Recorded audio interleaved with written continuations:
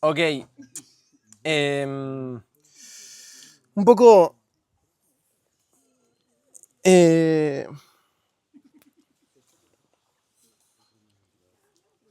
yo voy a tener acá mi machete a lo largo de todo esto. Principalmente les cuento, y me parece importante que sepan, que hay ideas de acá que son mías y hay muchísimas ideas que no lo son y que me interesa dentro de todo poder citar más o menos correctamente, mencionarles los autores, que ustedes puedan acceder a las fuentes y hacer también su propio análisis de todo lo que vamos a estar hablando. Por eso necesito mucho tener esto, porque no me acuerdo textualmente y no quiero empezar a decir que tal dijo y... No, porque Merleau-Ponty dijo y uno dice una frase que nada que ver, más o menos voy a tratar de tener una traducción. Claro, eso, Bob Marley, ¿no? Como... porque Einstein dijo y... ¿no? Entonces le pido que me disculpen que no puedo saber todo de memoria y voy a estar usando esto. Un poco este momento mi idea es compartirles la base del pensamiento o el marco teórico en el cual sucede todo el desarrollo que vamos a estar haciendo y que yo hago de la práctica en mi vida y en la escuela. Y todo se basa en una premisa principal que me encanta como frase, que es: somos lo que practicamos. Tiene detrás muchas cosas y les voy a ir compartiendo, y me voy a agarrar de nuevo de una frase de Nazareth Castellanos, del mismo libro Biosofía de la Respiración, que es muy cortita y muy puntual, y dice: la arquitectura corporal define la experiencia. Recomiendo que la anoten esta, porque es una que da para pensar y que da para... La arquitectura corporal define la experiencia. E incluso esto me gusta que lo traigan vinculado a esta primera pregunta que hicimos a la mañana de quién me gustaría ser si pudiese darle una dirección al yo, y pensar que la arquitectura corporal define la experiencia. Entonces quizás podríamos intuir que podría darle una dirección al yo a través de la arquitectura, que es a través del cuerpo. ¿Me siguen? O sea, a través del cuerpo podríamos, es como una primera provocación, darle cierta dirección a mi comportamiento. Y esto implica muchas cosas que vamos a estar, que voy a mencionar ahora. Pero lo principal es empezar a pensar que queremos construir desde el cuerpo aquello que queremos ser o hacer, que es algo en realidad lo que no le podemos escapar. Estoy diciendo lo obvio, pero es algo que a veces pasamos por alto. Absolutamente todo lo que sentimos, todo lo que vivimos y todo lo que hacemos sucede en el espacio del cuerpo.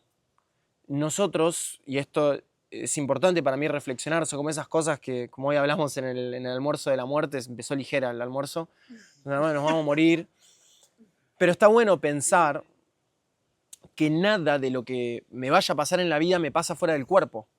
No hay vida fuera del cuerpo. Insisto, vamos a dejar todas las teorías de espíritu, de vida post-mortem, todo eso lo dejamos afuera. Estoy hablando de lo que hoy podemos sentir, de lo empírico. Digo, hoy yo siento a través del cuerpo. Aquello que veo lo veo a través de mis ojos, aquello que escucho a través de mis oídos. Sentir al otro, que es un mundo en sí mismo, también lo siento a través del cuerpo. Al otro lo escucho, al otro lo veo. Me gustaría preguntarme si recordar a un otro es sentir a un otro, ¿no? Pero bueno, eso lo dejamos ahí. Entonces, pensar en construir desde el cuerpo nos va a llevar a un cambio de procedimiento para alcanzar aquellas cosas que queremos hacer. Y ahora traigo algo que es como una analogía que me gusta. O esa me la guardo para el final. Sí, les dejo ahí el suspenso porque vamos la voy a traer al final, en relación a todo lo que dijimos.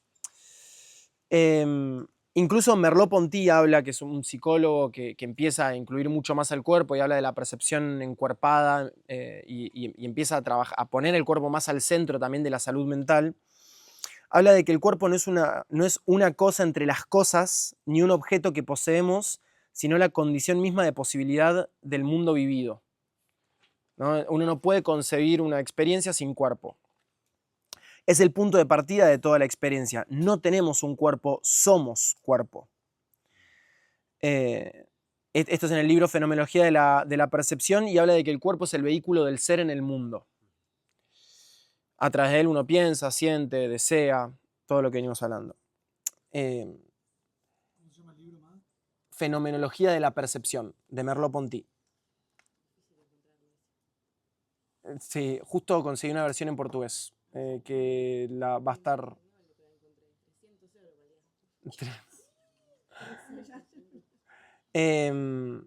Entonces, acá de base estamos planteando algo que es, que digo, insisto, esto son estas cosas que uno por ahí, lo que hablamos a la mañana, por ahí uno cree que la sabe, cree que sí, esto ya. Sin embargo, cuando pensamos la diferencia entre lo que se dice a través de las palabras y lo que se dice a través de las prácticas, y este es un concepto que le saco a Santiago Cao, un urbanista, amigo mío con el que estudié varios años, que es empezar a observar qué se está diciendo a través de las prácticas. Y por ahí eso habla un poco más de qué es aquello que estamos encarnando, más allá de aquello que sabemos y podemos reproducir. ¿Me siguen? Y a través de las prácticas seguimos fragmentando mucho lo que es, vamos a hacerlo así, ya lo vamos a hacer así, tac, tac, tac, tac.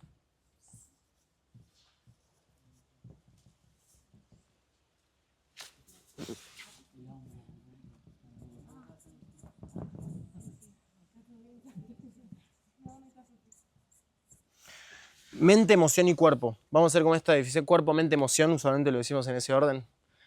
Cuerpo, mente, emoción. Dejando esto de lado un poco, tendemos a diferenciar mucho aquello que pasa en la mente y aquello que pasa en el cuerpo. E incluso hablamos del cuerpo como algo que nos pertenece. Hablamos de mi rodilla, hablamos de mi hombro, cuando en realidad lo que todo nos indica es que vos no tenés una rodilla, es que vos sos una rodilla. ¿Sí? Que uno no es dueño de su cuerpo porque no hay un uno que pueda adueñarse de él, sino que aquella cosa que percibimos como dueña del cuerpo es el cuerpo mismo. ¿Me siguen? Vamos a jugar igual con este desdoblamiento, porque nos permite un montón de cosas que están buenas, no pretendo eliminarlo. Por momentos vamos a jugar a que tenemos y a que habitamos el cuerpo, porque también hay un proceso de terminar de encarnar el cuerpo. Y es interesante el fenómeno de uno va habitándose, ¿no? Como si fuese una conciencia que empieza a emerger.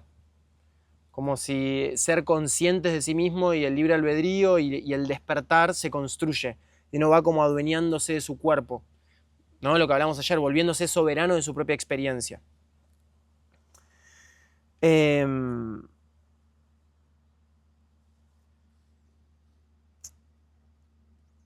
Algo que me encanta, también tomo algo de Merleau-Ponty, y esto me parece una genialidad en relación a también unir la mente con la emoción con el cuerpo y entender que también aquello que nos pasa emocionalmente es en el cuerpo, es que Merleau-Ponty dice que el sentido no está detrás del gesto como una intención oculta, sino que el sentido habita el gesto.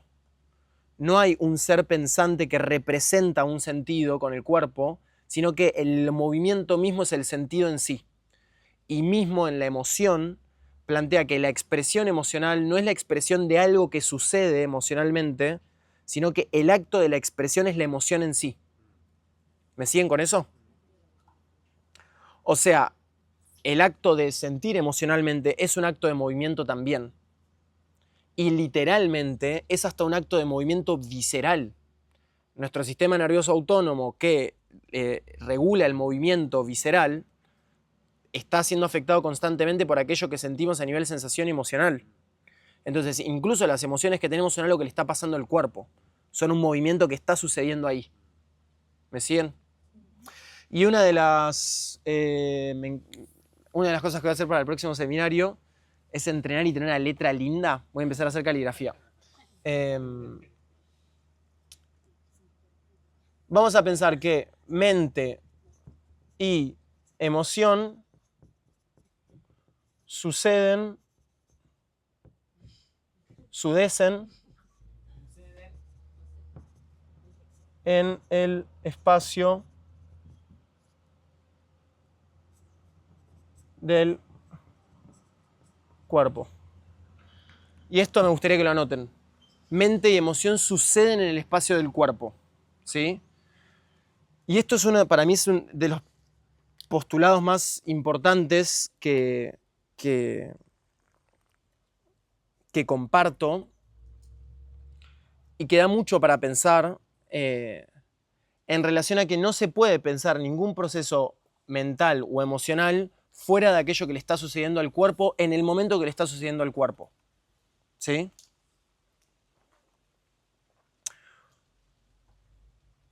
Uno no es triste, uno está triste, uno no es ansiedad, uno no es enojo. ¿Cómo fuera el chiste? Uno va y se presenta caminando por la calle, hola, mi nombre es Martín, enojo. Terrible. Uno va transformando y un día se siente triste, un día se siente feliz, un día se siente angustiado, un día no siente mucho, ¿no? Esos son los peores. Y uno también es un montón de cosas. Digo, hay lugares donde yo soy el que toca la guitarra. Hay lugares donde yo soy el bailarín. Hay lugares donde yo soy el profesor de movimiento que está dando una clase. Hay lugares donde soy hermano, donde soy hijo, donde soy tío, donde soy amigo. Pero hay una cosa que nunca va a cambiar, nunca, que es esta cara. Se va a poner más vieja, me van a tener arrugas, voy a tener canas, voy a perder músculo, seguramente. Pero desde el día que naces hasta el día que te morís, lo único que no va a cambiar es el cuerpo donde sucede esa experiencia. Tenés uno solo. Y el argumento va a ser no el argumento, pero la idea va a ser que tenemos solo dos cosas, que es cuerpo y tiempo. Es lo único que tenemos. Y es lo único que se va para adelante y no vuelve. El termo lo puedo perder, me compro otro, las cosas, lo que sea, pero lo que una vez que se va no vuelve es el cuerpo. Cada día se envejece y no va para atrás. Y de la mano de eso el tiempo. Son las dos cosas que no podemos recuperar. Podemos hacer el argumento de que podemos recuperar el cuerpo si empiezo a entrenar, pero una vez que se va el cuerpo se va la experiencia, ¿no? Nadie volvió, por lo menos, del otro lado. O sea, nadie al que se le fue el cuerpo volvió y dijo, uff, acá, Bueno, por ahí hace... sí, claro. ¿Qué año es?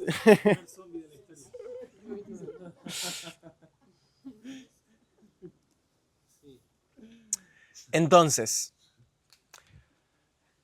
entender que que mente y emoción suceden en el espacio del cuerpo implica entender que aquello que le esté atravesando el cuerpo cambia totalmente el contenido mental y emocional que habita ese cuerpo. ¿Sí? Ejemplo, sí, muy sencillo. Y con esto la percepción. Si yo, por ejemplo, tengo una discusión con Lucas y escucho los argumentos de Lucas, yo estoy muy enojado con Lucas porque me parece terrible lo que hizo Lucas. Los argumentos de Lucas, voy a decir, no, amigo, me voy a pelear, voy a batallar, y por ahí yo agarro y digo, pará, hablamos mañana, me voy a caminar, me voy a correr, insulto al agua, lo que sea. Al otro día me levanto y digo, che, Lucas tenía razón. Y hace sentido los argumentos de Lucas. ¿Tuvimos esta experiencia alguna vez o no? ¿No? No sé muy bien el orden. O sea, no sé si el cuerpo condiciona la mente o que la mente condiciona el cuerpo. Constantemente los dos se condicionan mutuamente. Y ahora voy a específicamente pensamos en esto. Nosotros pensamos mente, cuerpo y emoción de una manera disociada. Y mismo la pregunta tuya nace desde la creencia de que eso está disociada. No sé si la mente afecta al cuerpo, si el cuerpo afecta a la mente. El tema es que no son algo diferente. Eso es lo importante y la idea cambiar. No hay ningún proceso mental que no suceda con algún proceso físico. No hay ningún proceso emocional. Se toman decisiones de, che, me voy a calmar, voy a ir al mar y no sé qué, es el siguiente ejemplo. Y otras veces exploto con Lucas y digo, se sienta de mí. Por ejemplo, ¿no? Claro, pero digo, eso igual sería interesante pensar eso igual pensando más en cómo modulás tu comportamiento y tu emoción pero no tiene por ahí que ver con si el cuerpo afecta a la mente. Digo, hay un fenómeno que nos está pasando constantemente. Digo, en este momento ustedes están teniendo una respuesta emocional a lo que está pasando ahora, que está condicionando los pensamientos que están teniendo, que está pasando dentro de la posición física en la que están. Posición física, situada en un contexto, situado en pipa. Hay un montón de cosas que están afectando ese cuerpo que afectan totalmente cuál es el contenido que está disponible en ese cerebro, en esa mente y en ese cuerpo a nivel emocional. ¿Sí? Todo esto, cuerpo, mente y emoción, sucede dentro de un contexto. ¿Sí? Y eso es importante, que afecta constantemente también lo que está pasando ahí. Ahora, el ejemplo que traje de la pelea con Lucas tiene que ver con algo muy particular, que es, en el momento que yo me peleo con Lucas, va a haber una respuesta de estrés. Si pensamos en el sistema nervioso autónomo, va a haber el simpático movilizando un montón de energía. Probablemente me aumente la presión arterial, probablemente me aumente el volumen respiratorio, probablemente no seguro, pero probablemente también me esté aumentando los latidos del corazón. Va a haber probablemente en ese momento haya una respuesta antiinflamatoria por el pico de estrés, una respuesta inflamatoria en agudo, ¿no? En el momento que hay una respuesta simpática aguda. Y eso no solo genera todas esas cosas físicas, sino que también condiciona el contenido mental disponible y mi posible percepción sobre aquello que está sucediendo. Y desde ese contexto, y cuando hablo de contexto físico y químico, ¿no? Piense que el sistema nervioso es un sistema de comunicación que envía mensajes químicos con energía electromagnética. Hay literalmente compuestos químicos que se envían a través de un tubito para otro cuerpo celular que lo absorbe con unas dendritas y que dice, mira, hay que mandar este mensaje, ¿no? Y se van comunicando. No como entes conscientes, sino por reacciones químicas, pero vamos a jugar a que dice, mira, me dijo que le diga.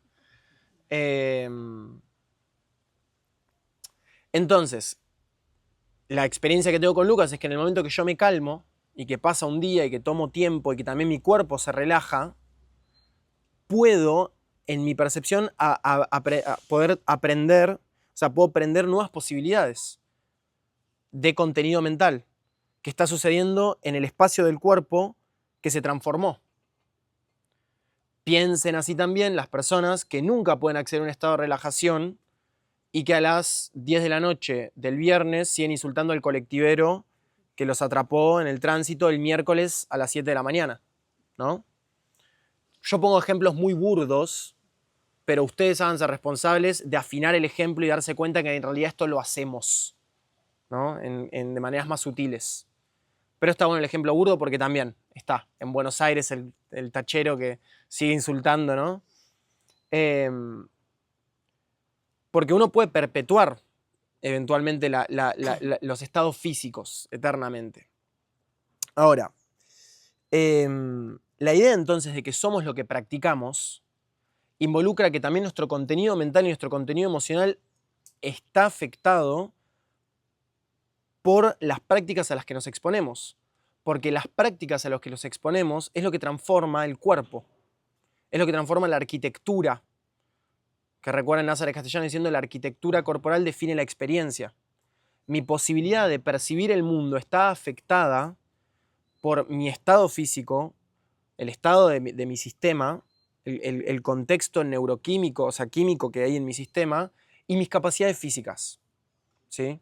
Y hay puntualmente sobre las capacidades físicas, hay un psicólogo experimental que se llama Rob Gray, de la Universidad de Massachusetts, de Estados Unidos, que él también profundiza sobre el concepto de percepción acuerpada o incorporada. Y hay muchos estudios, por ejemplo, que hablan cómo nuestras capacidades físicas afectan aquello que somos capaces de percibir en el entorno. Como un ejemplo muy sencillo, las personas que tienen más capacidad de colgarse y hacer cosas en una barra son las personas que cuando entraron acá vieron las barras.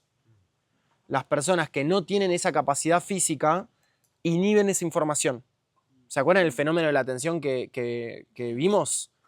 Que sentíamos cosas y otras no. Lo mismo nos pasa con la información visual. Incluso este es un experimento que hago, que ahora no lo vamos a hacer, pero que hago en algunos seminarios, que es cuando termina, sin que miren el techo, preguntarles una característica del techo. Y y me aseguro de que en algún momento los acosté boca arriba. Incluso acostados boca arriba pasa que usualmente la mitad no recuerdan la característica del techo, que por ahí es el color o que tiene un respirador grande en el medio, etc. Porque nuestro cerebro está selectivamente colectando información en base a muchas cosas.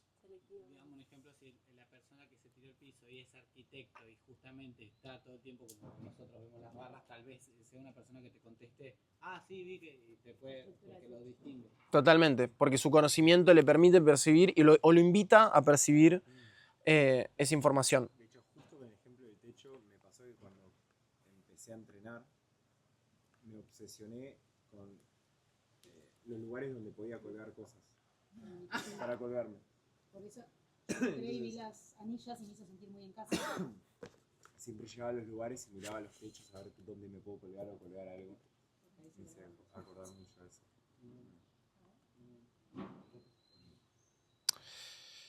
Entonces, separo esa cita. Hay una idea de la mano de esto de que la arquitectura corporal define la experiencia, para seguir profundizando en esta idea, que es de Humberto Maturana. Tiene un libro que habla más del determinismo estructural, no me acuerdo cuál, está del ser al hacer, que es un lindo libro, y después les digo exactamente cuál.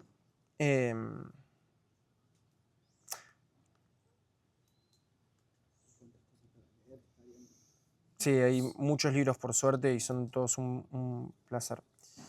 Después les puedo compartir en el libro exactamente cuál era de Maturana.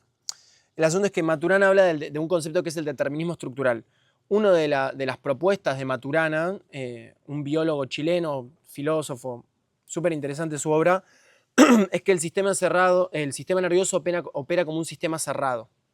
Básicamente que el sistema nervioso mantiene una organización que todo lo que percibe el fenómeno de la vida en base a lo externo, es que lo externo dispara reacciones internas. Y todo tiene que ver con la propia organización del sistema. Es decir, y esto desarrolla este concepto en base a un experimento que hace con palomas, donde ve que no había ninguna correlación entre los colores y la activación. No me recuerdo específicamente la metodología del experimento, pero empieza a ver que no había ninguna relación entre los colores y las reacciones de las palomas ante esos colores. No en general, no hay misma activación neuronal de la retina cuando pega el color rojo entre diferentes palomas e incluso entre las mismas. Entonces, se empieza a evidenciar que no hay una relación realmente entre el rojo y lo que le pasa al cuerpo, sino que cada cuerpo le pasan cosas en base a la experiencia que tiene alrededor.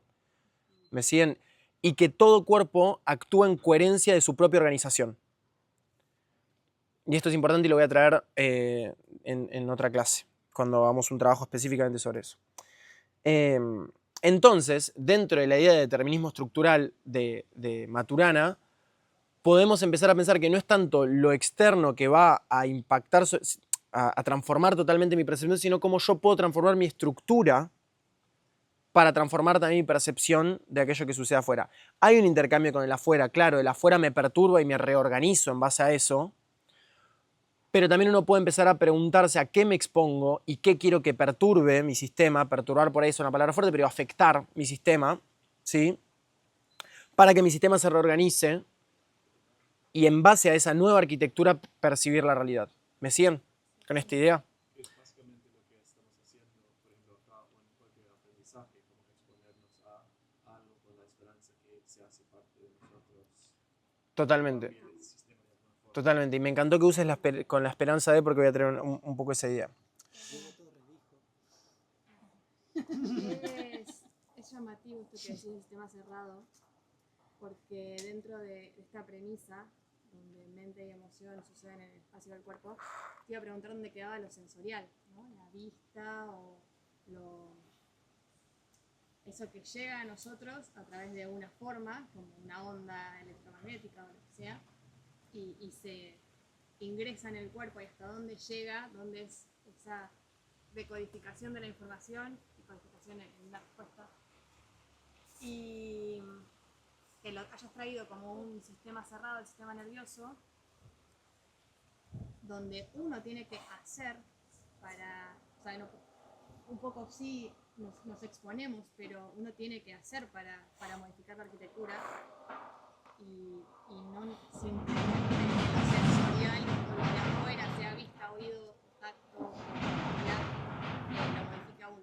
Es importante que repitas todo lo último que dijiste mientras se caía el edificio, mientras detonaban la mina, mientras estaban detonando al lado. No es importante. No, sí. No, claro, justamente. Exactamente. La constelación constante. No, que es importante hacer desde el cuerpo, entonces, desde el adentro, desde el sistema nervioso, desde adentro, porque pareciera que entonces lo externo no es suficiente, ¿no? Si hay un sistema cerrado ahí, donde lo que ingresa por oído, vista, tacto, no impactaría tanto como el...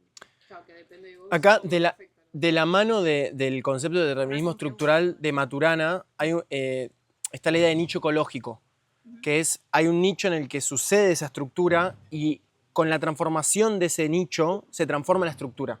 Entonces, de algún modo, en realidad, no necesariamente hay que hacer, sino con la transformación del entorno, esa estructura va a estar transformándose. La reorganización de los componentes internos de esa estructura. Un poco lo que propone Maturana es, de la mano con el concepto de autopoiesis, que es un ser vivo, es un ser autopoiético, es decir, que se produce a sí mismo, es que en todo caso el sistema sí va a tomar cosas afuera para reproducirse a sí mismo, y lo que uno puede hacer es cambiar la organización de los elementos que están dentro. Y esa organización está en constante cambio. Uno constantemente está, o sea, de algún modo el sistema busca mantener la organización y reproducirse, pero ese entorno constantemente afecta esa autorreproducción, sin que nosotros hagamos nada al respecto, a nivel consciente. Bien. ¿Y eso cómo ingresa en este mente, emoción, cuerpo, como entorno? Claro, todo lo que sucede como entorno. Esto es indivisible del contexto, ¿no? Nunca se puede pensar un cuerpo, no existe un cuerpo fuera del contexto. Incluso, siguiendo en las líneas de Maturana habla de que no se puede conferir una realidad objetiva, porque todo postulado de una realidad objetiva nace de una percepción, es medio solipsista, o sea, pero igual, pensando todavía desde Maturana, y desde Merleau-Ponty también, incluso el termo que veo es una proyección de mi cuerpo.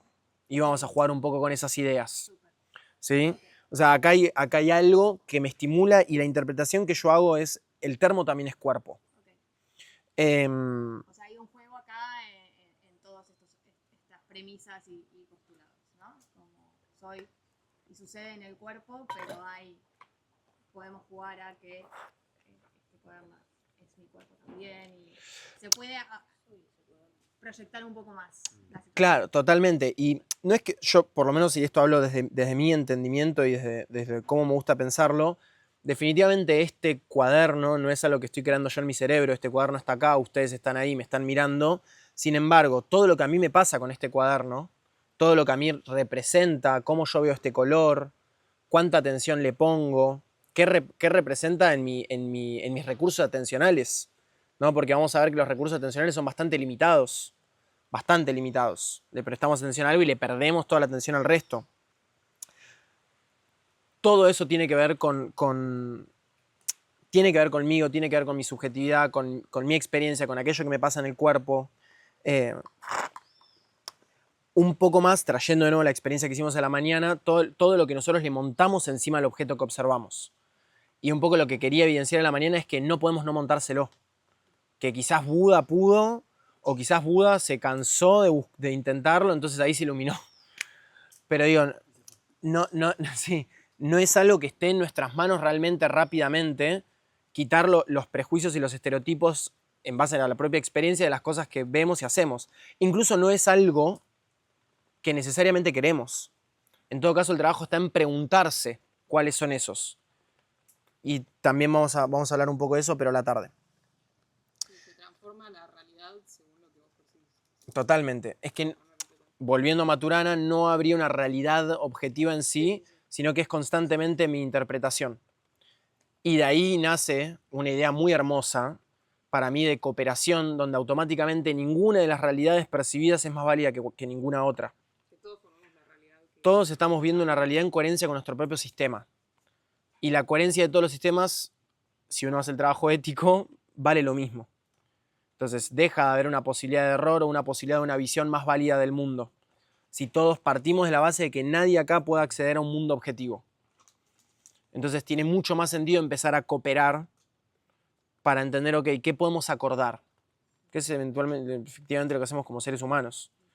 Pero empezar a cooperar para acordar realidades donde mi percepción sobre una materia no sea superior a la de otro, solo porque yo me leí más libros. Tomar de los otros. Entonces, un poco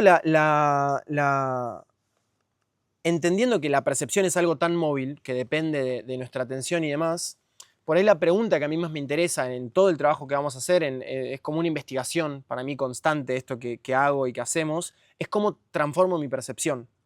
Mi pregunta personal, en mi vida personal, que me interpela es cómo yo puedo ser una persona feliz, y cuando hablo de felicidad no hablo de jocosidad y risa, sino como una persona alegre,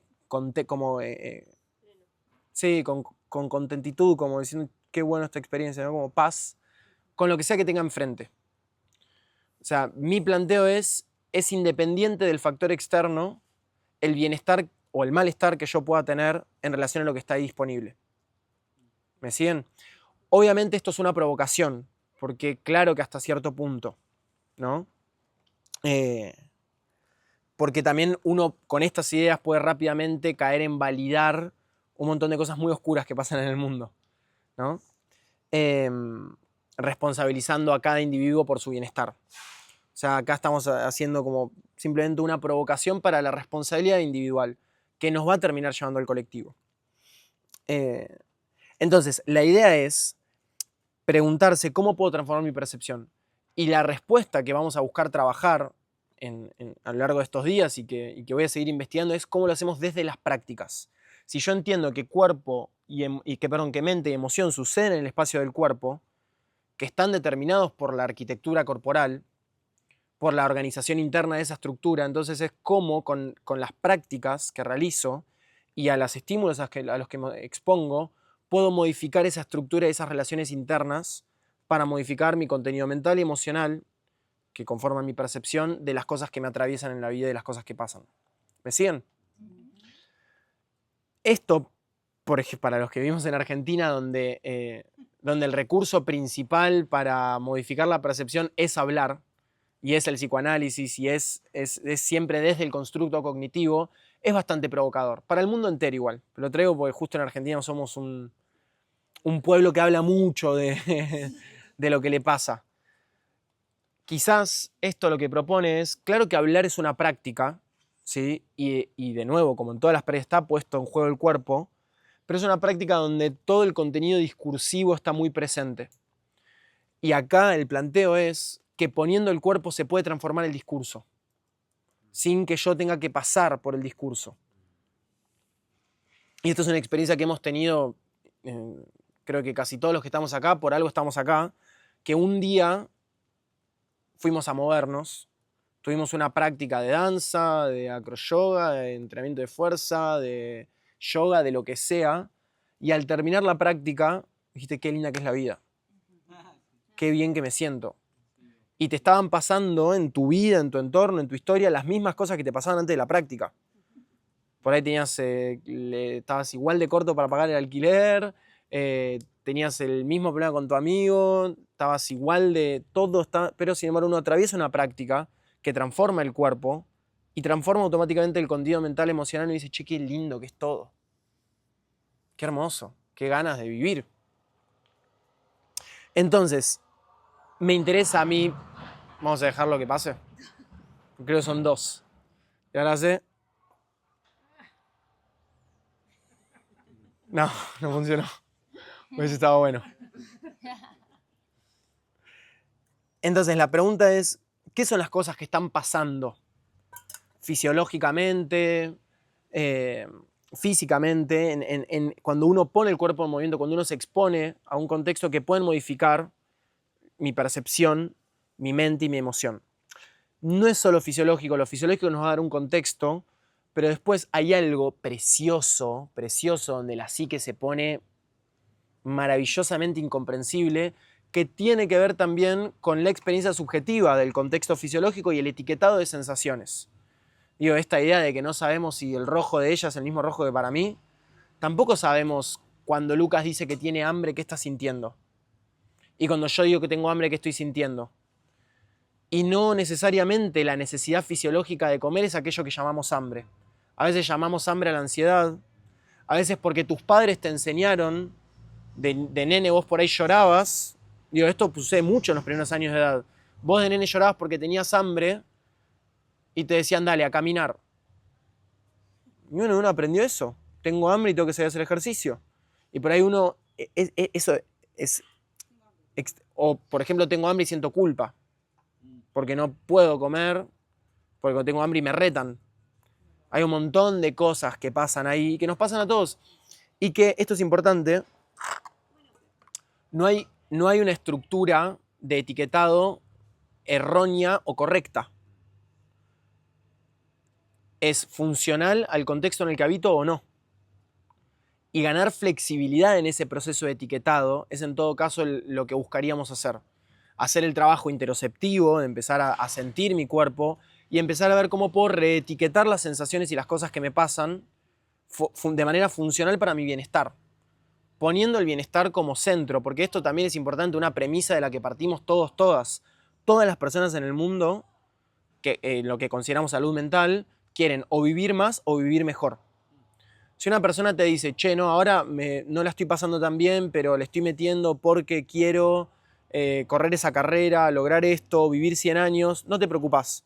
Por ahí le decís, che, brother, no sé si está tan bueno que la pases mal ahora, pero lo dejás. Si una persona te dice, a mí no me importa si me muero a los 38, yo le quiero pasar bomba. Tengo 30 y los próximos 8 años, si me tengo que morir, me muero, también le decís, che, de una, dale, metele. Ahora, si un amigo tuyo te dice, no quiero vivir mejor y no quiero vivir más, nos preocupamos. Ya ahí hasta llamamos a un profesional. Pero, che, salud mental, ojo. Entonces partimos de la base que lo que tenemos en común, los chinos, los japoneses, los brasileros, los argentinos, los holandeses, los de toda etnia, de todo lenguaje, absolutamente todos estamos intentando lidiar con la realidad para vivir más o vivir mejor. ¿Sí? Entonces, es bastante sencillo y hacemos cosas muy complejas para eso, como escuchar música triste y sentir la realidad y decir, no, ¿por qué me dejó? Pero es parte del proceso de querer vivir mejor, de querer sentir, de querer estar en contacto con la experiencia. De querer sentir, ¿vieron cuando hablé del árbol? De querer sentir la textura del árbol, la textura de la vida. Porque también una vida de exceso de positivismo es plana. Y Byung-Chul Han habla de esto en los libros, del exceso de positivismo, del exceso de transparencia, del exceso de disponibilidad y la carencia de sentido. Hay algo en la textura, en estar triste, en escuchar ese tema que te hace acordar a tal, que también le da esa rugosidad a la vida, que la hace digna de ser vivida. Entonces, la pregunta va a ser, ¿cómo transformo mi percepción? ¿Sí? ¿Y cómo lo hago a través de las prácticas? Esa es la pregunta que nos va a estar interpelando y afectando a lo largo de toda la experiencia.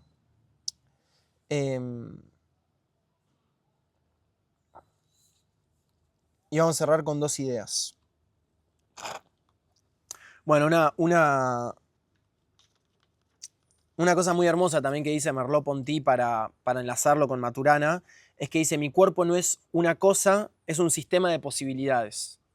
Y si pensamos en la idea de determinismo estructural de Maturana, es este sistema un sistema de posibilidades que pueden ser gatilladas por ese entorno en el que habitamos. Y también gatilladas internamente es una buena pregunta. El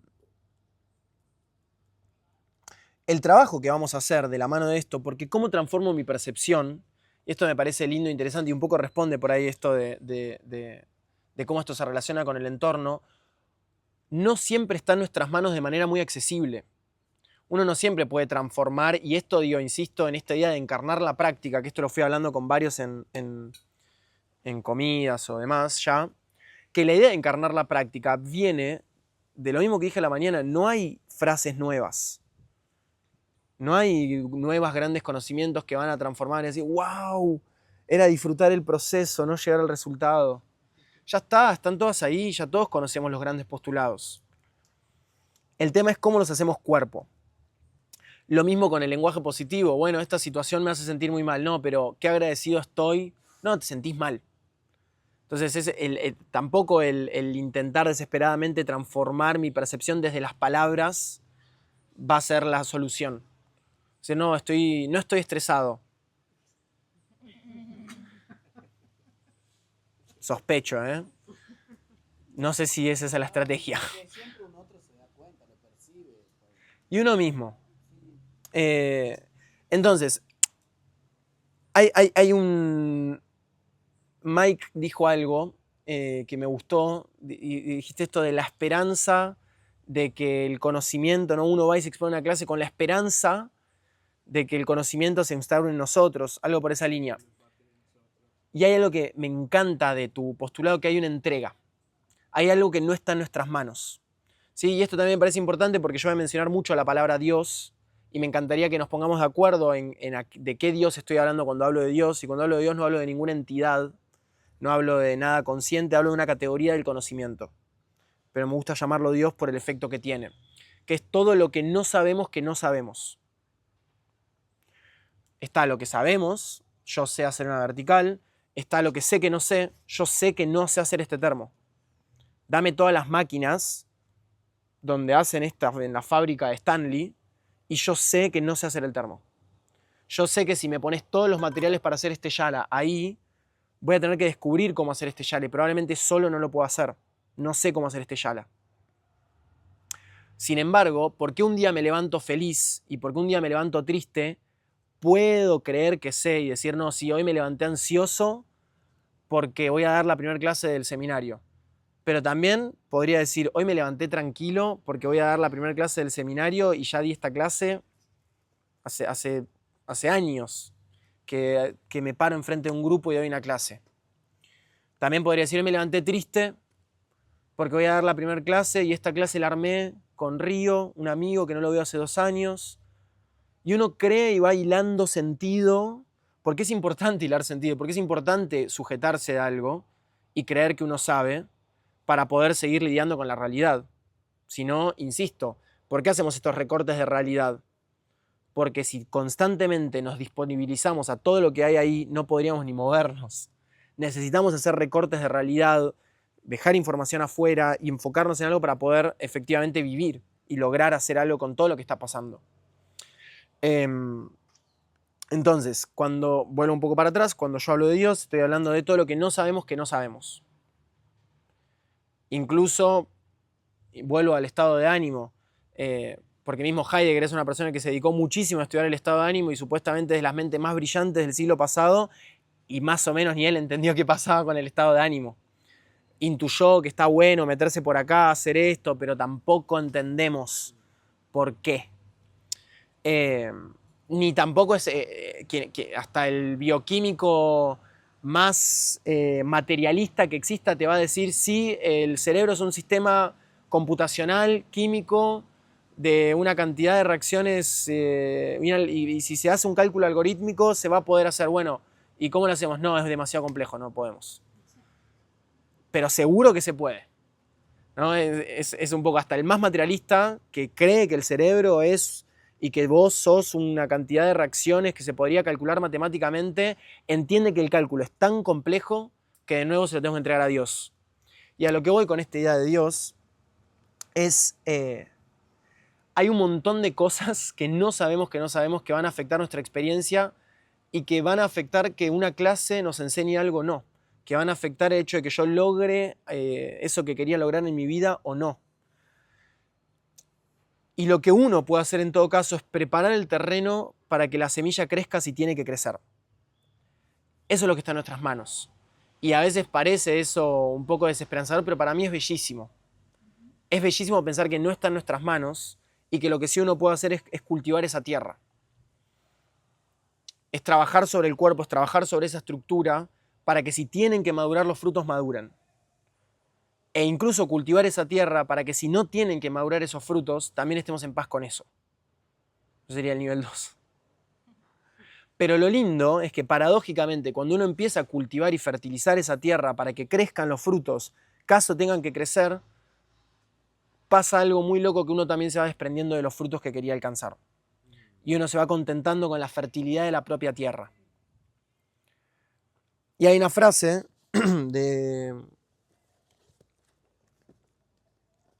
Heidegger que me gusta, que dice: construir forma parte de nuestro modo de habitar la vida. Nos vamos construyendo día a día. Perdón, esto es Nazareth castellano, la frase de Heidegger es la última. Esto que estoy leyendo ahora es Nazareth. Nos vamos construyendo día a día y no debemos olvidar que lo hacemos para protegernos y cuidarnos. A veces construimos un muro que nos separa de un exterior que consideramos ofensivo y lo hacemos para protegernos. Otras veces construimos puentes para ser cuidados. A veces construimos hábitos que nos mantienen estables. Otras veces cultivamos fortalezas, pero también miedos, agresividad y nostalgias. E igualmente lo hacemos para protegernos y cuidarnos. Sin embargo, para Heidegger, abro comillas, el verdadero construir es aquel que protege el crecimiento que por sí mismo hace que maduren los frutos. La voy a leer un par de veces, invito a anotarla. El verdadero construir es aquel que protege el crecimiento que por sí mismo hace que maduren los frutos. Voy una vez más. El verdadero construir es aquel que protege el crecimiento que por sí mismo hace que maduren los frutos. Tomo esta última parte de el crecimiento que por sí mismo hace que maduren los frutos y recalco y subrayo que por sí mismo, y eso es aquello que digo, se lo entregamos a Dios. Hay algo que por sí mismo puede hacer que crezcan los frutos y no está en nuestras manos. Lo que uno puede hacer es construir para proteger ese crecimiento. El verdadero construir es aquel que protege el crecimiento. Que por sí mismo hace que maduren los frutos. Eso del proceso y no el resultado. Pero ahí está la frase. También. Y esto para mí descarga mucha, o por lo menos esto se los digo, esto a mí me acompañó mucho en mi proceso personal. Yo llegué a todo esto y sigo en todo esto, y todo esto empezó en mi historia personal básicamente por asma, una lesión lumbar que me tuvo 2 meses que me costaba caminar, que para mí era un montón, estaba como en el auge de mi acrobacia, danza, y después migrañas, que fue lo más oscuro que viví. Oscuro en el sentido de interno, ¿no? Porque el dolor crónico es un proceso del cual vamos a hablar después. Y parte de lo que a mí también me terminó dando paz es entregar estas cosas. Es decir, ok, yo puedo hacer un montón de cosas. ¿Qué es construir para proteger el crecimiento? Bueno, entender que si me duermo tarde, entender que si uso mucho pantallas, entender que puedo comer de cierta manera, entender que me hace bien tal y tal cosa, pero no hay una causalidad lineal en el cuerpo. No es que si yo hago todo eso me va a dejar de doler la cabeza. Eventualmente tengo que soltar el crecimiento de los frutos. Y yo solo puedo construir una práctica alrededor de eso. Esta construcción voy a plantear yo que es la práctica de movimiento, con todo lo que abarca, que vamos a trabajar sobre trabajo atencional y meditación y prácticas contemplativas y regenerativas. Vamos a trabajar sobre el desarrollo de capacidades básicas y coordinativas, que básicamente es en lo que se basa la educación física más, es decir, el desarrollo de fuerza, flexibilidad, equilibrio, coordinación, ¿sí?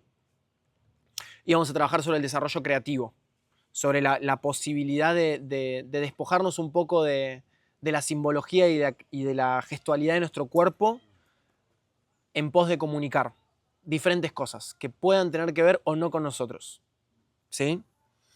Esto es como yo entiendo la práctica de movimiento, con estos 3 pilares. Repito una vez más, el desarrollo de capacidades básicas y coordinativas, que es el desarrollo de fuerza, movilidad, coordinación, adaptación de los tejidos, capacidades básicas y coordinativas. Coordinativas. En segundo lugar, entra los procesos, si se quiere, más de autorregulación, que tiene que ver lo que yo llamo prácticas regenerativas, ¿sí? Que tiene que ver con meditar, con aprender sobre nuestra respiración, aprender a regular también nuestro sistema, ¿sí? En general, esto que hablamos del sistema nervioso autónomo, regenerativas.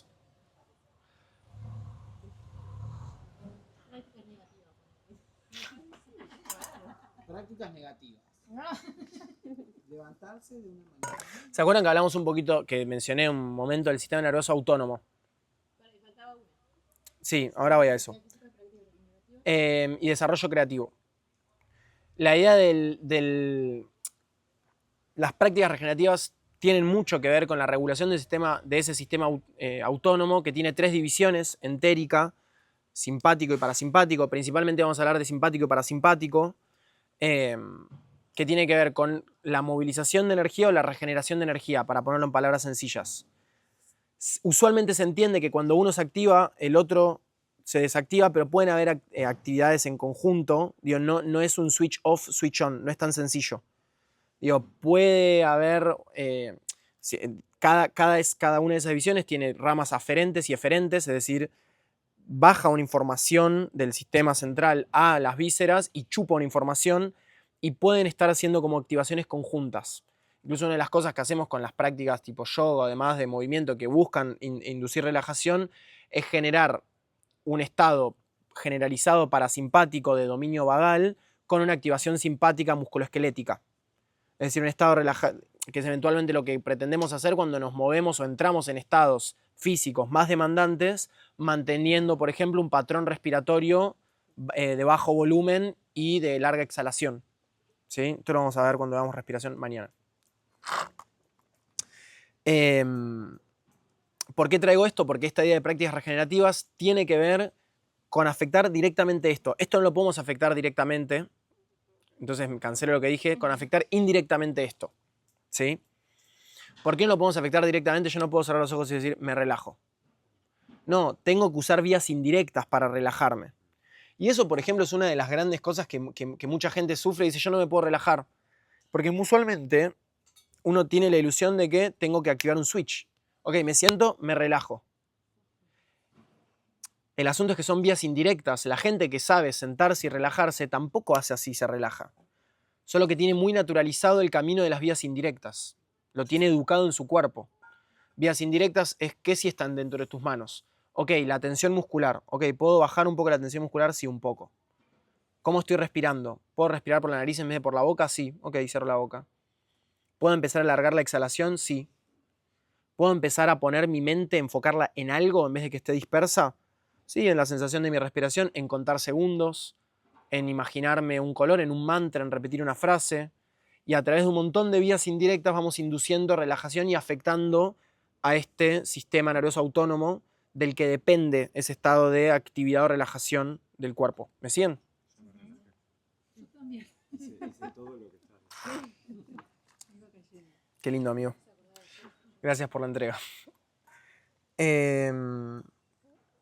Y el tercer punto, que tiene que ver con el desarrollo creativo, que a mí en lo personal me parece lo que a mí me importa en esta vida. Un poco todo lo otro que hago es para llegar a eso. Digo, ahí es donde para mí se ve la cosa. Digo, yo por eso no sé, me considero mucho más bailarín en mi vida que lo que me considero entrenador, que lo que me considero meditador o todo lo otro.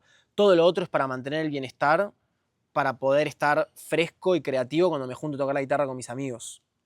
O para poder bailar cuando estoy bailando, para poder entrar al agua y surfear y conectar con lo que está pasando ahí y no desesperar. De algún modo ahí para mí es el lugar donde pueden madurar mis frutos. Hablo de mi vida personal. ¿Sí? Me encanta mantener mi cuerpo saludable, apto, regulado para esos momentos. Total. disponible para a la medida del tiempo que va pasando. Estamos muy bien de tiempo, me encanta.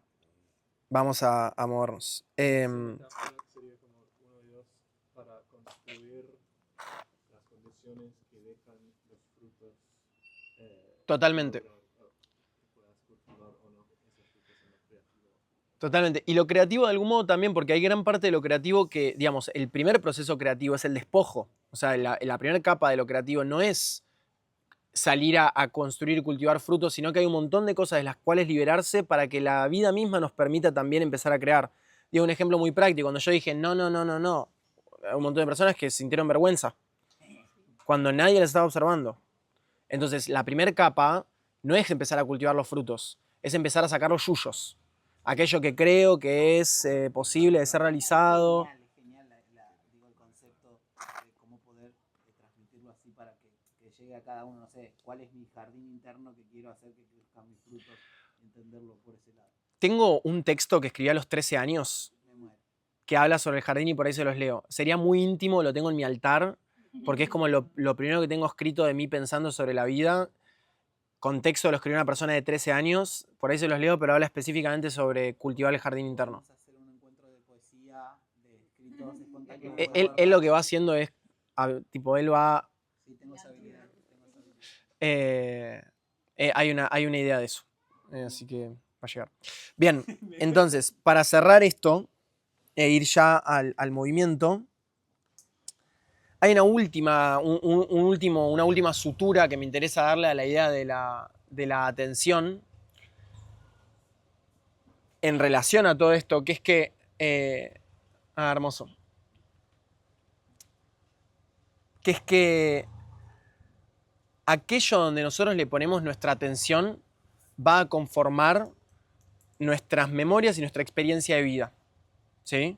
Y esto es importante, lo traigo porque por esto es tan fundamental el trabajo de las prácticas regenerativas y del dominio de nuestra propia atención. Como algo muy sencillo, ¿no? Este ejemplo, pero digo, el vaso lleno o el vaso vacío del que hablamos tanto, ¿no? De nuevo, digo, no estoy diciendo nada nuevo. Estoy tratando de decirlo de una manera diferente, como para que uno no le impregne nuestros prejuicios. Ah, sí, está hablando del vaso lleno, el vaso vacío. Sí, lo de siempre. Porque pasa eso, ¿no? Como si uno ya lo tuviese encarnado.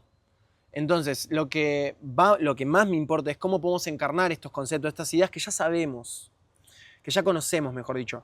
Entonces, traigo esto, ¿no? Aquello a lo que yo le presto atención va a conformar mi experiencia, va a conformar mis recuerdos y va a conformar el contenido del que yo me baso para percibir cualquier cosa nueva que pase en mi vida. ¿Sí?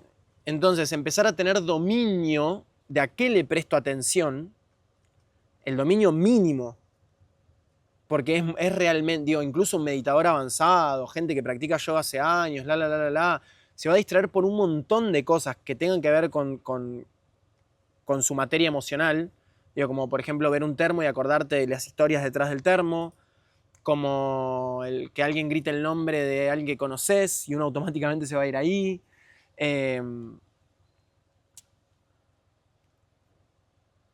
El trabajo de intentar más o menos enfocar nuestra atención en aquello que nos interesa o en lo que queremos desarrollar es el trabajo de empezar, si se quiere, a manifestar tu realidad, ¿no?